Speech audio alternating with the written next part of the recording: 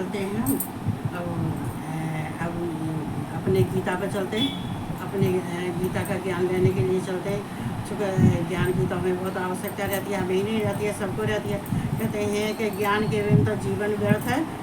और ये गीता भी क्या है, ये कहते हैं ये गीता जितने ही मनुष्य हैं, जितने संसारी प्राणी हैं, जीवात्मा हैं, तो सबको ज्ञान इसलिए बांटते हैं कि बस इनका जीवन आराम से आसानी से कटे। ज्ञान की जब प्राप्ति हो जाती है तो इसीलिए अर्जुन को देते हैं कि अर्जुन तो भी संकट से दूर है, क्योंकि जो भगवान को सुमरेगा तो भगवान का होगा।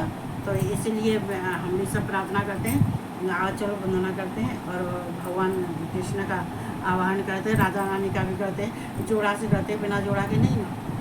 हमेशा जोड़ा से बुलाना चाहिए, क्योंकि वो राधिका जो है भगवान कृष्ण की बहुत प्यारी है, बहुत ज़्यादा है कि, और बिना राधा के तो कृष्ण जो है गीता का ज्ञान लो चाहे किसी का लो, लेकिन बिना राधा के तो कृष्ण बिल्कुल किसी के वहाँ झांकते भी नहीं है। तो हमें राधा को साथ लेके चलना पड़ता है। कहते हैं कि जहाँ राधा है वहाँ कृष्ण है, जहाँ कृष्ण है वहाँ राधा है। जब दोनों हैं तो हम भी हैं, संसार भी है। तो चलते हैं और प्रेम की भाषा और ज्ञान लेने के लिए। तो आओ सब मिलके हमारे साथ भगवान कृष्ण को, राधा रानी को बुलाते हैं और हम उनसे प्रार्थना करते हैं। तो आओ सब मिलके कहते हैं, ओम कृष्णाय नमः, ओम वासुदेवाय नमः, ओम परमात्मने नमः, ओम गोविंदाय नमो नमः, ओम राधा वल्लभाय नमः। मैं राधा रानी कृष्ण भगवान को दोनों को कोट कोट प्रणाम करती हूँ, दोनों को नमन करती हूँ। और बस जो कहते हैं कि मुझे भी जो अर्जुन को ज्ञान दे रहे हैं वो मुझे भी थोड़ा सा ज्ञान देते जाएं, जिससे कि मेरे जीवन की नैया पार हो जाए। जो मझधार में नैया अटकी हुई है, तो भगवान कृष्ण राधा से दोनों से हम तो प्रार्थना करते हैं कि इस नाव को, इस नैया को गंगा से पार करो। और बस ऐसे ही मन बुद्धि से, ऐसे ही मैं ज्ञान की गंगा को सबके सामने प्रकट करती रहूं। तो चलते हैं अपनी गीता पर। तो जितने फेसबुक वाले हैं, यूट्यूब वाले हैं, चूँकि यूट्यूब पर तो मेरा गीता चल रही है और फेसबुक पे मेरा, लेकिन अब तो दोनों ही चल रहे हैं। अब तो यूट्यूब पे भी मेरा गीता चल रही है। चूँकि एक बेटी यहाँ उतारती है तो एक बेटी मेरी कहीं अंत उतारती है। चूँकि अभी कहीं ठिकाना ठीक से नहीं है। हाँ, वैसे मैं खुश हूँ, मस्त हूँ, मगर बहुत अच्छा। इसका मकान भी बहुत अच्छा है, कद खुली खुली हवा मिलती है, बहुत अच्छा। और मुझे यहाँ बहुत अच्छा लग रहा है। और अच्छा नहीं लगता तो मैं भाग गई होती अब तक। तो जो है क्या कहते हैं, चलते हैं हम अपने तो अपनी गीता पर चलते हैं। यूट्यूब वाले देखो, यूट्यूब पे भी जा रहा है और फेसबुक पे भी जा रहा है। ऐसे पुराण भी यूट्यूब पे और गीता भी यूट्यूब पे और फेसबुक पे भी गीता और शिव पुराण। तो जो ये जहाँ से उतर के जाता है वो दूसरी बार बेटी फिर वो उस पर उतारती है। तो हम चलते हैं, हम कल कहाँ थे,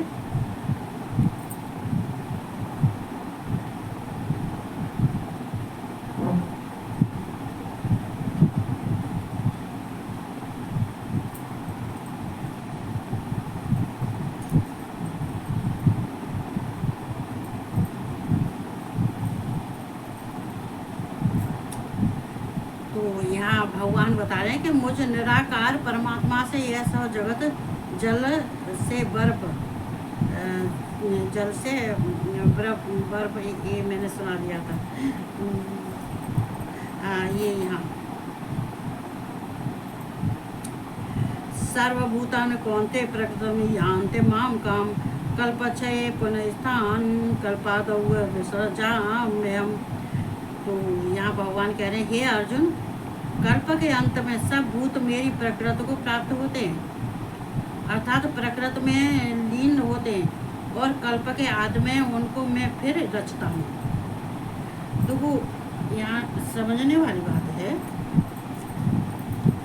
कि भगवान कृष्ण क्या कह रहे हैं, कल्प के अंत में सब भूत मेरी प्रकृति को प्राप्त होते हैं। जो ये कल्प के अंत में, मतलब भगवान कृष्ण यहाँ अर्जुन से कहते हैं कि हे अर्जुन, जब कल्प का अंत होता है तो ये मुझ में ही विलीन हो जाते हैं, और जब मैं इनको रचता हूँ तो फिर ये मुझसे ही ये प्रकट होते हैं। ये मेरी माया प्रकृति, ये प्रकृति देखो ये क्या है, ये प्रकृति है, ये माया, भगवान की माया, भगवान की माया प्रकृति। तो भगवान प्रकृति को आदेश देते हैं तो वो कहते हैं संसार उत्पन्न होता है, और फिर जब अंत होता है उनका, जब कल्प के बीत जाने के बाद में फिर वो मुझ में ही विलीन हो जाते हैं। अब इसका मतलब तो क्या है, ब्रह्मा का एक दिन 100 वर्ष का होता है, ब्रह्मा का एक दिन 100 वर्ष का होता है, तो उतनी ही रात्रि होती है, जितना दिन होता है उतनी ही रात्रि होती है। तो जब भगवान, जब ब्रह्मा का जो एक युग होता है, तो ब्रह्मा का उनका जब ये 100 साल खत्म हो जाते, समाप्त हो जाते हैं, तो भगवान ब्रह्मा में ये लीन हो जाते हैं। चूँकि एक युग का जो 4 युग होते हैं 100 वर्ष के होते हैं, तो भगवान का 100 साल का, ब्रह्मा का एक दिन होता है। अब समझ लो, ब्रह्मा के जब 100 साल का एक दिन होता है तो उतनी ही रात होती है। तो कहते हैं कि दिन में उत्पन्न होता है और रात में विलय हो जाता है। जितना ही रात में होती है और तो जितना ही उतना ही दिन होता है। तो 100 साल ब्रह्मा भी रहते हैं, लेकिन ये ब्रह्मा इनको तो, लेकिन संसार तो नष्ट हो जाता है। क्यों नष्ट हो जाता है? ये जीवात्मा है, ये नष्ट होने वाली, ये सब नष्ट हो, जैसे शरीर है, मन है, बुद्धि है, तो ये शरीर है, ये मन है, बुद्धि है, तो ये क्या है? ये नष्ट होने वाली चीज़ है।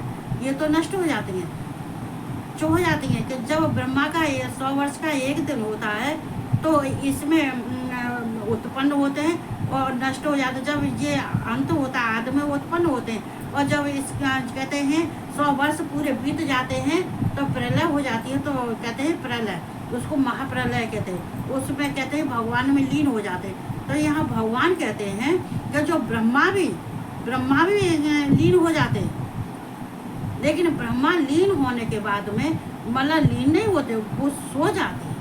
जो देखो, भगवान का कभी नाश नहीं होता है, वो भगवान में ही लीन हो जाते हैं। यह भगवान ब्रह्मा सो जाते हैं। जब सोने के बाद में उठते हैं तो ये भगवान कृष्ण ये प्रकृति को आदेश देते हैं, अपनी माया प्रकृति को आदेश देते हैं, तो ब्रह्मा को फिर जगाते हैं। जगाने के बाद में जब ब्रह्मा उठते हैं तब फिर सृष्टि की रचना होती है, और तो भगवान कह रहे हैं कि जो मुझसे ही उत्पन्न होते हैं और मुझसे में ही लीन हो जाते हैं। चूँकि ब्रह्मा भी लीन हो जाते हैं, सो जाते हैं, फिर भगवान इनको जगाते हैं। तो यहाँ भगवान का मतलब कहने का है, अर्थात प्रकृति भी लीन हो जाते हैं, मतलब प्रकृति भी लीन हो जाते हैं। ये जो मेरी माया है, प्रकृति है, इसलिए तभी तो प्रकृति कहते हैं ये जड़ है, भगवान चेतन है। ये जड़ चीजें तो ये नाशवान होती है। नाश किसका होता है? जड़ का नाश होता है।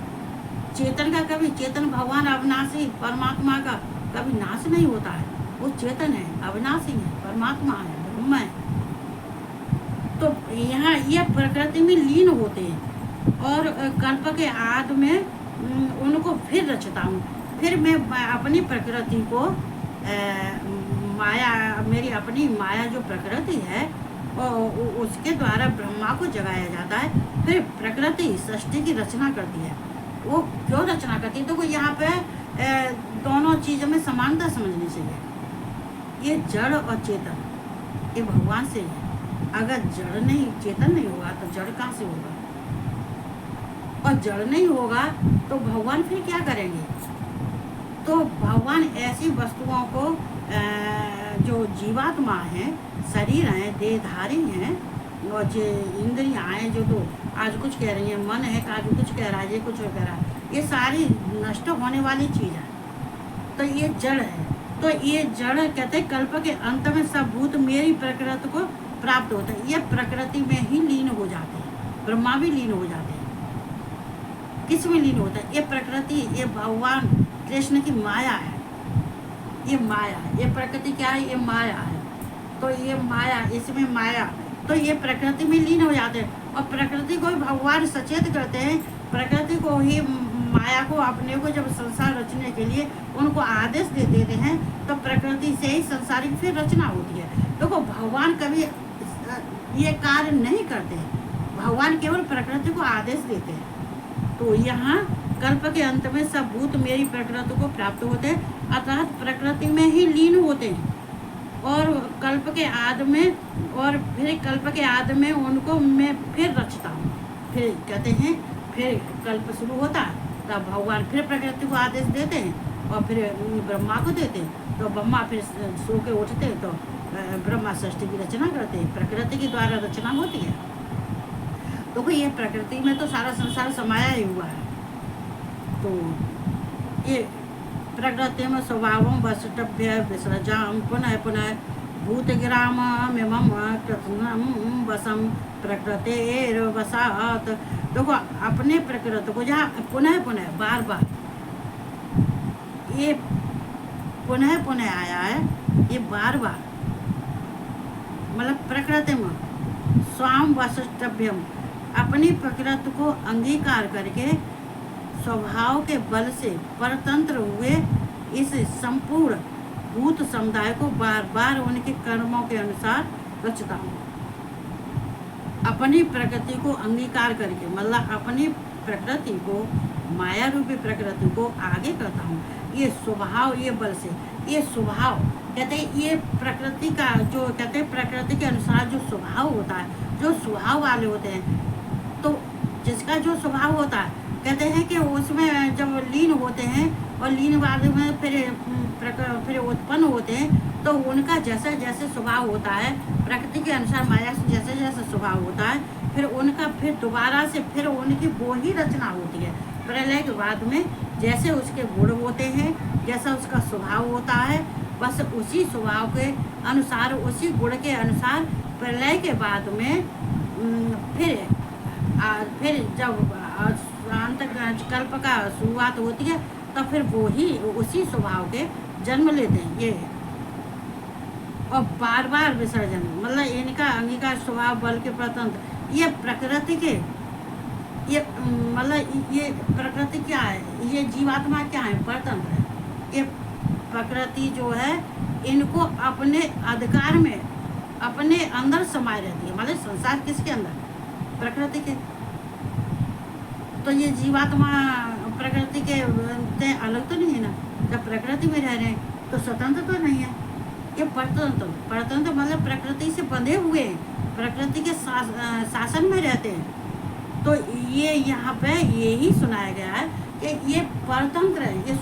ये जो भूत प्राणी है, मनुष्य हैं, जीवात्मा है, ये जो तो अहंकार, मन, बुद्धियाँ, ये जो सब हैं, ये परतंत्र है। ये प्रकृति से बंधी हुई है, ये प्रकृति इनसे बंधी हुई है, तो ये स्वतंत्र नहीं है। तो संपूर्ण भूत समुदाय को बार बार उनके कर्मों के अनुसार रचता हूँ। बार बार पुनः पुनः उनका जो कर्म होता है, जो उनके गुण होते हैं, उन्हें ही गुणों के आधार पर फिर उनको अपनी प्रकृति को आदेश देते हैं। और कहते हैं कि अपने माया रूपी प्रकृति को आदेश दे के फिर कहते हैं कि जाओ संसार की रचना करो। और जैसे ही उनके गुण होते हैं, जैसे ही उनको स्वभाव होता है, तो वैसे ही फिर वो जितने ही भूत समुदाय हैं, प्राणी हैं, फिर उनके कर्मों के अनुसार फिर प्रकृति उनको फिर रचती है, फिर सृष्टि की रचना करती है। तो प्रकृति ये क्या है? प्रकृति अपना कार्य करती है। तो ये भगवान से अलग नहीं है। ये प्रकृति भगवान से अलग नहीं है। ये भगवान कृष्ण की माया है। ये प्रकृति जड़ है। तो मैं अभी बता रही थी भगवान चेतन है, ये जड़, और जड़ और चेतन का संबंध होता है, एक ही बात होती है। जड़ के बिना कहते हैं प्रकृति के बिना भगवान नहीं आगे बढ़ सकते, और भगवान के बिना प्रकृति आगे नहीं बढ़ सकती है। लेकिन ये हैं दोनों एक ही, चूँकि ये भगवान कृष्ण के अंदर माया के रूप में प्रकृति स्थित रहती है, तो ये भगवान कृष्ण के आदेश अनुसार ये प्रकृति अपना कार्य करती है। कहते हैं कि जो संसार में आते हैं उनको सृष्टि की रचना करती है, फिर उनको जो है क्या कहते हैं अपने में लीन कर लेती है। जन्म और मृत्यु प्रकृति के अधीन ही होता है। तो यहाँ भगवान कृष्ण ये सब किसको समझा रहे हैं? अर्जुन को समझा रहे हैं। और बाकी में हम सब कहाँ रह रहे हैं? प्रकृति में रह रहे हैं। तो हम का स्वतंत्र हैं? कोई प्राणी स्वतंत्र है? नहीं, हम परतंत्र हैं। क्यों परतंत्र हैं? चूंकि हम प्रकृति के बस में हैं। ये प्रकृति जो करेगी वही होगा, ये नियति है। इससे अलग हम नहीं कुछ कर सकते, अलग नहीं जा सकते हैं। तो ये भूत ग्राम में मम कृष्णम बसम, देखो ये है कि बस में है। कहते हैं ये संपूर्ण भूत समुदाय फिर बार बार उनके कर्मों के अनुसार ही फिर मैं रचता हूँ। तो यहाँ पे भगवान ने कहा चूँकि ये क्या है? देखो ये कृष्णम बसम, ये क्या है? ये है कर्तव्य। इसको यहाँ हम कर्तव्य कहेंगे, चूँकि ये प्रकृति का कर्तव्य है। और प्रकृति कर्तव्य है, और सब भूत प्रकृति के बस में हैं। बस में है, परतंत्र है, स्वतंत्र नहीं है। और प्रकृति का तो ये कर्तव्य है, तो प्रकृति तो अपने कर्तव्य को निभाएगी। तो यहाँ भगवान ने कहा इस संपूर्ण भूत समुदाय को बार बार उनके कर्मों के अनुसार रचता हूँ। तो न च माम तान कर्माण निबंधन्त धनंजय उदासीनम सक्तम ते कर्मस। हे अर्जुन, उन कर्मों में आसक्ति रहता और उदासीन के सदृश स्थित मुझ परमात्मा को वे कर्म नहीं बांधते। अब देखो यहाँ क्या है? हे अर्जुन, उन कर्मों में आसक्ति रहता और उदासीन के समान स्थित मुझ परमात्मा, मतलब वो कहते हैं कि वो जो प्राणी है, जो भगवान है, कभी आसक्ति के में रह के कर्म नहीं करते हैं और ना ही उदासीन होते हैं। कहते हैं स्थित मुझ परमात्मा को वो कर्म नहीं, और ना ही परमात्मा को कर्म बांधते हैं, न ही भगवान कर्मों में बंधते हैं, न ही आसक्तियों में बंधते हैं, और ना कहते हैं उदासीन के समान होते हैं। मतलब उनके अंदर कोई थकान वाली बात नहीं होती है, आलस नहीं होता है, थकान नहीं होती है, क्योंकि वो उनके अंदर यहाँ उदासीन, यहाँ हम भगवान की शक्ति मान सकते हैं। ये भगवान प्रकृति को अपनी शक्ति देते हैं, स्फूर्ति देते हैं, और वो शक्ति देते हैं, स्फूर्ति देते हैं ये सृष्टि की रचना करने के लिए, और जीवात्मा को अपने में लीन करने के लिए और उत्पन्न करने के लिए उनको शक्ति देते हैं। ये आसक्त रहत और उदासीन के समान ये भगवान। तो कहते हैं स्थित मुझ परमात्मा को वो कर्म नहीं बांधते, तो मुझे वे कर्म नहीं बांधते, क्यों कि मैं खुद प्रकृति को, जो भगवान से अविनाशी हैं, जो परमात्मा हैं, जो परमेश्वर हैं, जो ब्रह्म हैं, जो शक्तिमान है। देखो प्रकृति बेशक शक्ति है, लेकिन शक्तिमान कौन है? भगवान कृष्ण। तो कृष्ण भगवान शक्तिमान होके प्रकृति शक्ति को, उसको शक्ति देते हैं, उसको स्फूर्ति देते हैं, तो वो ही प्रकृति ही ये सृष्टि की रचना करती है, वो ही अपने में लीन करती है। भगवान कार्य नहीं करते, भगवान प्रकृति को ही ये शक्ति देते हैं और प्रकृति को ही आगे करते हैं, वो ही ये सारे कार्य करती है। तो लेकिन ये बात एक ही है, प्रकृति और भगवान एक ही है। प्रकृति शक्ति है तो भगवान शक्तिमान है, भगवान चेतन है तो प्रकृति जड़ है। लेकिन जड़ और प्रकृति एक ही में स्थित रहते हैं। तो मुझे परमात्मा को वे कर्म नहीं बांधते, तो मुझे परमात्मा को उनके कर्म कोई नहीं बांधते हैं अर्जुन, क्योंकि मैं अपना कार्य प्रकृति को सौंपता हूँ और उसको शक्ति देता हूँ, उसको स्फूर्ति देता हूँ।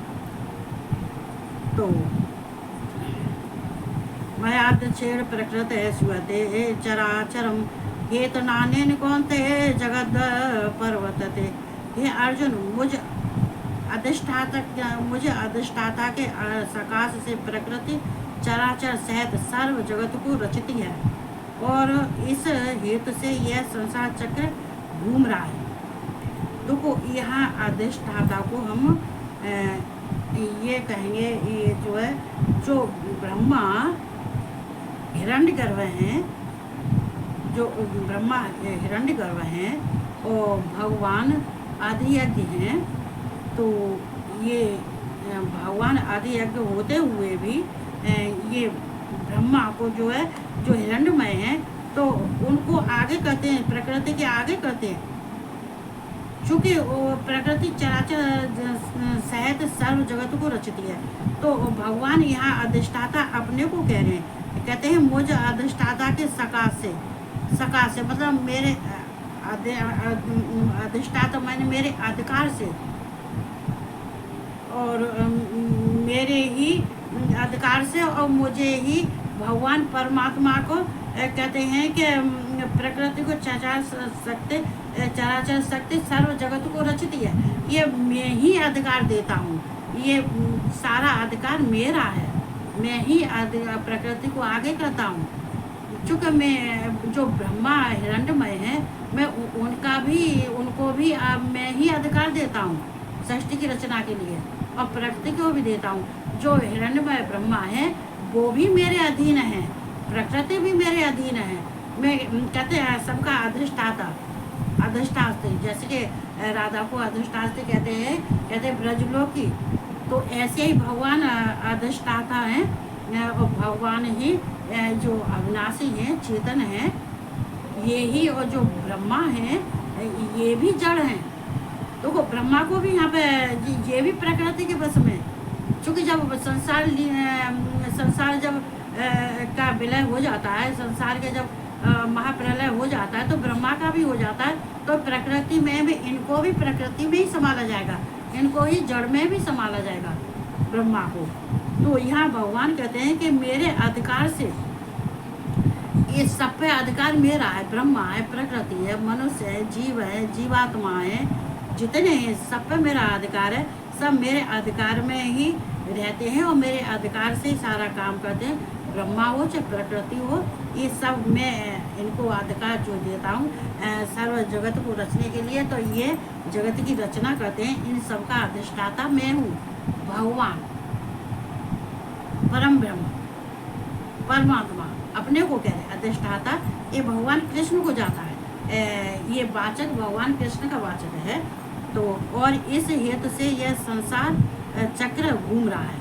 तो ये जब कहते हैं कि ये सब मेरे अधिकार में होने से और प्रकृति और जो हिरण्यमय जो ब्रह्मा है जो सृष्टि की रचना कर रहे हैं, तो ये मेरे ही अधिकार से ये हो रहा है, मेरे ही अधिकार से हो रहा है। ये मुझसे ही प्रलय उत्पन्न होते हैं और मुझ में ही लीन हो जाते हैं। एक कार्य करने वाला एक ब्रह्मा और प्रकृति, ये प्रकृति जड़।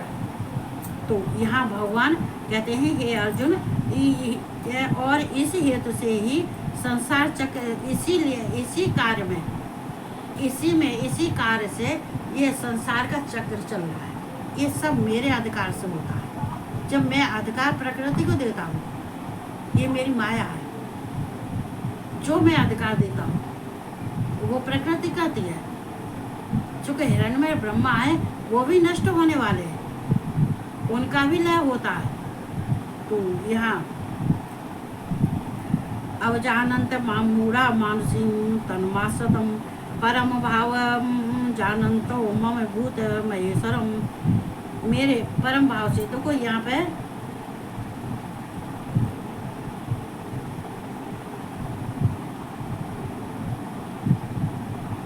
तो यहाँ वैसे भगवान को भी कहा गया है मेरे परम भाव को न जानने वाले मूढ़ लोग, जो परम भाव यहाँ पे कराया गया है। तो भगवान कहते हैं कि जो ये श्लोक में 7 में 8 में श्लोक में भी कहा था, ये परम भाव कहते हैं कि मेरे भाव को जो नहीं जानता है वो मूढ़ लोग होते हैं, जो मूर्ख होते हैं, जो अज्ञानी होते हैं, जो अव्यक्त होते हैं। देखो जो भगवान को हम व्यक्त समिष्ट कहते हैं, व्यक्त कहते हैं। जो अव्यक्त मूढ़ होते हैं, बुद्धिमान मूर्ख होते हैं, मनुष्य का शरीर धारण करने वाले मुझे संपूर्ण भूतों के महान ईश्वर को तुच्छ समझते हैं। जो मूढ़ होते हैं तो मुझको शरीर धारण करने वाला समझते हैं, मुझको भगवान नहीं समझते, न ईश्वर समझते हैं। वो अपना जैसा ही समझते हैं कि मृतलोक में हम जैसे आते हैं मरते हैं, ऐसे भगवान भी मरते हैं, जन्मना और जन्म ये समझते हैं। तो धारण करने वाले, जो शरीर धारण करने वाले होते हैं, जो व्यक्त होते हैं, जो अव्यक्त हैं, जो जड़ हैं, तो वो मुझको नहीं समझते। मुझे संपूर्ण भूतों के जो जितने संसार के जो आप इंसान हैं एक दूसरे को समझते हैं, जो जड़ हैं भगवान के जो रचना रचते हैं, तो मनुष्य का जन्म लेते हैं, तो वो मनुष्य जन्म लेने वाले मृत्यु लोक में रहने वाले अपना ही जैसा ही समझते हैं कि हम मृत्यु लोक में आए, हमने जन्म लिया, हम मर जाते। तो ऐसे भगवान का होता, भगवान भी जन्म लेते और मर जाते, क्योंकि भगवान को तत्व से नहीं जानते, तत्व से नहीं जानते। जो तत्व से नहीं जानता है वो मूर्ख होते हैं, जो भगवान को अपना जैसा समझते हैं। यहाँ कहने का मतलब ये अर्जुन, मुझे संसार में अपने जैसे समझते हैं, प्राणी तत्व से नहीं जानते हैं, मुझे मेरे कर्मों को नहीं जानते, मेरे गुणों को भी नहीं जानते हैं, तो वे मूर्ख हैं, अज्ञानी हैं। मूढ़ मतलब मूर्ख हैं, अज्ञानी हैं। तो वो ईश्वर को तुच्छ समझते हैं, मतलब बहुत छोटा समझते हैं, अपना जैसे ही समझते हैं, छोटा समझते हैं कि जैसे हम मरते हैं जैसे भगवान भी मरते हैं, जैसे हम जन्म मृतलोक में लेते हैं तो भगवान भी मृतलोक में जन्म लेते हैं। क्योंकि ये जो मूर्ख होते हैं और इसी चक्कर से ये संसार के चक्र में फंसे रहते हैं, भ्रमण करते रहते, 84 लाख योनियों में संसार में रह के भ्रमण करते रहते हैं, जन्म लेते हैं और मर जाते हैं। चूँकि भगवान को तो समझते ही नहीं है, चूँकि भगवान को तो ना गुणवान समझते हैं और ना ही भगवान को ऐश्वर्यवान समझते हैं, ना भगवान को शक्तिशाली समझते हैं। ये भगवान को अपना जैसा तुच्छ समझते हैं, अर्थात अपनी योग माया से संसार के उद्धार के लिए मनुष्य रूप में विचरते हुए मुझ परमेश्वर को साधारण मनुष्य मानते हैं। जो संसार में जो कहते हैं कि अर्थात अपनी योग माया से संसार के उद्धार के, मैं अपनी योग माया से, देखो कितना अच्छा प्रश्न किया है।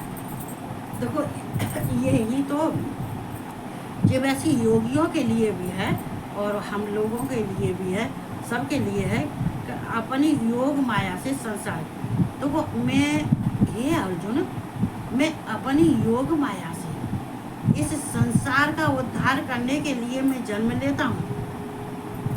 वैसे मैं ईश्वर हूँ, मैं चेतन हूँ, मैं अविनाशी, मेरा नाश नहीं हो सकता और मेरे बगैर संसार की रचना नहीं हो सकती। और अगर मैं संसार में अगर मैं जन्म नहीं लेता हूँ तो ये संसार तो कि जो पुण्य आत्मा वाले हैं, सिद्ध पुरुष हैं, योगी हैं, तो इनका उद्धार कैसे हो गया? तो इनके उद्धार करने के लिए कहते मनुष्य रूप में विचरते हुए मुझ पर में, तो मैं इस संसार, और हकीकत है, ये हकीकत है। मैं तो पुराण में भी कहती हूँ ये हकीकत है। तो वो एक बार नहीं कहती हूँ, मैं 100 बार कहती हूँ, रोज कहती हूँ। अरे ऐसा भगवान के प्रति ऐसा करो जिससे कि तुम्हारी आंखें खुल जाएं, तुम्हारी आंखों की दिव्य दृष्टि, तुम्हारी जो तुम्हारी आंखों को दिव्य दृष्टि मिले। संसार भगवान संसार में विचरते हैं, भगवान रहते हैं और भगवान विचरते घूमते देखते हैं कि प्राणी क्या कर रहा है। और कहते हैं कि जो सिद्ध पुरुषों को, योगियों को, अच्छे मनुष्यों को, अच्छे इंसानों को जो ये दुखी करते हैं, परेशान करते हैं, अधर्म का कार्य करते हैं, तो मैं संसार में ही विचरता हूँ।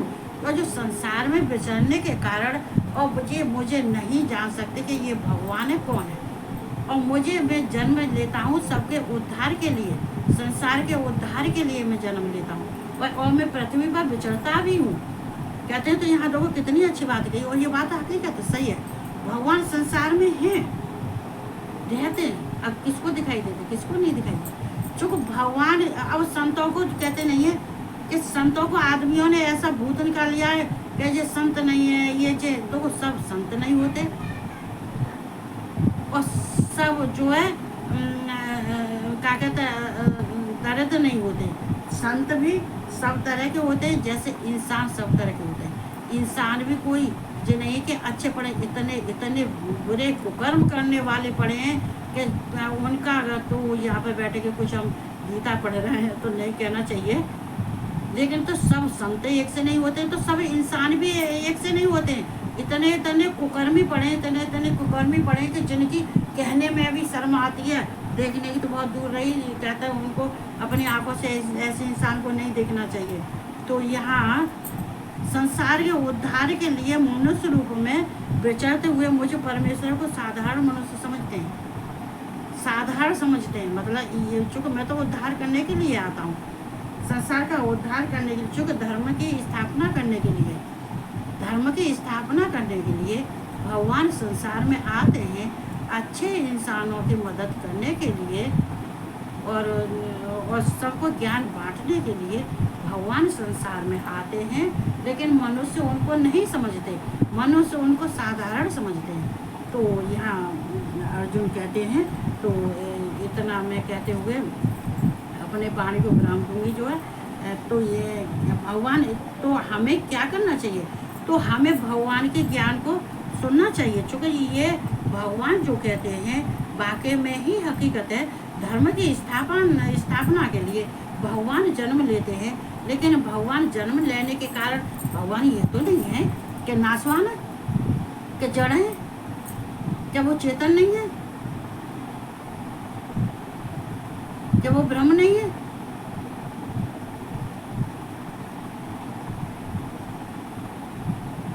तो भगवान जो इसीलिए भगवान ने कहा था जो 6 महीने उत्तरायण और 6 महीने दक्षिणायन, 1 महीने के 2 पक्ष, एक शुक्ल पक्ष, एक कृष्ण पक्ष, एक दिन का अभिमानी और एक रात का अभिमानी। तो भगवान ने जो अभी सुनाया है, मैंने 2 दिन पहले सुनाया था। तो जो ये है, ये भगवान जो कह रहे हैं इस बात को, तो ये कृष्ण को, अर्जुन को बता रहे हैं, ये समझा रहे हैं। तो भगवान ने कितना अच्छे ढंग से समझा, कृष्ण कितना अच्छे ढंग से समझाते हैं। लेकिन फिर भी अगर किसी के समझ में नहीं आती है, तो अब तो मैं तो संसार को गोदी में बैठा के नहीं रखूँगी। संसार को मैं तो गोदी में नहीं बैठा सकती, और ना ही पूरे संसार में मैं भ्रमण कर सकती, और ना ही मैं घर घर में समझा सकती जो है। लेकिन हाँ, जो गीता में दिया है तो वो तो गीता में साक्षात है। भगवान तो प्रत्यक्ष है, तो अपने कहते हैं प्रत्यक्ष होके, और इनके लिए कोई प्रमाण की तो आवश्यकता है नहीं है। चूँकि जो कुछ भी भगवान कह रहे हैं वो हम सबके भलाई के लिए कह रहे हैं, हम सबको पतन से उत्थान के तरफ ले जाने के लिए कह रहे हैं। हमें अधर्म मार्ग से धर्म के मार्ग पर ले जाने के लिए हमें ज्ञान दे रहे हैं, विज्ञान से है तो हम ज्ञान दे रहे हैं। तो ये भगवान अर्जुन को समझाते हैं कि संसार के प्राणी जो कहते हैं ये क्यों, ये अंधकार में क्यों डूबे। क्योंकि जो कुकर्म में होते हैं, जो कहते हैं उनको ज्ञान नहीं होता, वेद शास्त्रों को पढ़ते नहीं है, भगवान को मानते नहीं है, भगवान के मंदिर में जाते नहीं है। जो कर रहे हैं हम अच्छा कर रहे हैं, जो कर रहे हैं हम अच्छा कर रहे हैं। अरे तुम क्या अच्छा कर रहे हो, तुम भगवान को जानते नहीं है, तुम मंदिर में जाते नहीं। एक बार को तुम मंदिर नहीं जाओ तो भगवान की तस्वीर अपने घर में लगा लो, अपने कमरे में, जिस बैठक में रहते हो, जिस कमरे में रहते हो, भगवान की तस्वीर उसमें लगी रहती है, हर एक कमरे में मेरे तो खैर पूरा मकान आश्रम ही है, वो सब भगवान नीचे से ऊपर, जीने से लेके, गैलरी से लेके, हॉल से लेके, कमरा से लेके, हमारे घर में सब नाराज होते हैं, आने वाले भी कहते हैं इस घर को तुमने आश्रम बना रखा है। मैं कहती हूँ जहाँ मैं हूँ वहाँ आश्रम है, जहाँ मैं हूँ वहाँ भगवान है। जहाँ मैंने चूँकि मैं उठते ही सीधी मेरी नज़र भगवान पे जाती है। जिस कमरे में मैं सोती हूँ, जिस कमरे में रहती हूँ, वहाँ मेरी चारों तरफ तस्वीर लगी होती है, मेरी आँख खुलती है, सीधी अपने भगवान को देखती हूँ और उनके हाथ जोड़ के उनसे प्रार्थना करती हूँ और सबको प्रणाम करती हूँ। जितने भी मेरे इष्ट देवता, पितृ देवता, कुल देवता, जितनी शक्तियाँ हैं, हनुमान जी, सबको प्रणाम करती हूँ और तब अपने नीचे जाती हूँ, तब कोई कार्य करती हूँ मैं और फिर सूर्य भगवान को प्रणाम करती हूँ, उसके बाद में नीचे जाती हूँ मैं। तो हमें भगवान ही शरण में चलना चाहिए और ज्ञान भी लेना चाहिए। तो मैं उन कृष्ण को बहुत बहुत धन्यवाद देती हूँ और मैं राधा रानी को धन्यवाद देती हूँ कि राधा रानी तूने संसार में इतना प्यार बांटा, लेकिन फिर भी प्यार तो बांटते बांटते राधा रानी तो क्या कहते हैं ये वृंदावन में ही समा गई, लेकिन फिर भी यहाँ संसार के प्राणी प्यार को नहीं समझते हैं, प्यार को नहीं जानते हैं, रिश्ते को नहीं जानते हैं। तो और कृष्ण ज्ञान देते देते समझ लो कि वो अपने धाम को भी चले गए और धर्म की स्थापना भी कर गए, लेकिन फिर भी संसार गंदा हो गया। तो हमें भगवान कृष्ण के समक्ष जाना चाहिए, मूर्ति के सामने जाना चाहिए। समक्ष तो तुम्हें कहाँ मिलेंगे, वो कहाँ से? तो भगवान से प्रार्थना करना चाहिए कि हमें थोड़ा सा ज्ञान दें, बुद्धि दें, हमारी आत्मा को क्लीन करें, हमें अपनी शरण में ले में। कहते हैं कि हमारा ध्यान भगवान कृष्ण में, भगवान से में ही रहे, तो जिससे कि हमारे दिमाग में कोई ये फालतू व्यर्थ की चीज़, व्यर्थ की बातें नहीं आ सकती। अगर तुम भगवान को अपने अंदर समाओगे तो ये व्यर्थ की बातें हैं नहीं है ना। जो लोग आगे हैं, जो धोखा देने वाले और चीटिंग करने वाले हैं, इतना धोखा देते हैं, इतनी चीटिंग करते हैं कि मालूम पड़े कि प्यार करने वाले को चौड़े पे खड़ा कर देते हैं और प्यार के एक एक चेहरे पे कितने कितने चेहरे लगाए के फिरते हैं। तो मैं उनको भी धन्यवाद देती हूँ, चूँकि वो लगाए फिर रहे हैं, तो इसलिए ऐसा लगता भक्त आगे बढ़े। हाँ, तो बस इतना कहते ही भगवान की शरण में चाहिए, भगवान से 2 घड़ी उनसे भगवान का, कृष्ण का नाम ले लो, राधा रानी का, अच्छा रहता है, बढ़िया रहता है। तो हमें कहते हैं उनके नाम लेने के बाद में हमें उनसे क्या कहते विदा करने का आह्वान करना चाहिए, विदा करने का उनसे अनुग्रह करना चाहिए। तो चलो भगवान कृष्ण का, राधा रानी का प्यार से 2 शब्द कहते हैं। आइए मिलके मेरे साथ सब कहिए, राधे राधे गोविंद गोविंद, राधे राधे राधे गोविंद गोविंद, राधे गोविंद राधे गोपाल, राधे गोविंद राधे गोपाल, राधे राधे राधे गोविंद गोविंद, राधे राधे राधे गोविंद गोविंद, राधे राधे राधे गोविंद गोविंद, राधे राधे राधे गोविंद गोविंद, राधे राधे राधे गोविंद गोविंद, राधे। ओम कृष्ण भगवान को प्रणाम, राधा रानी को प्रणाम और जितने ही फेसबुक यूट्यूब वालों जितने भी हैं सबको राधे राधे और सबको जय श्री कृष्णा और सबको गुड नाइट।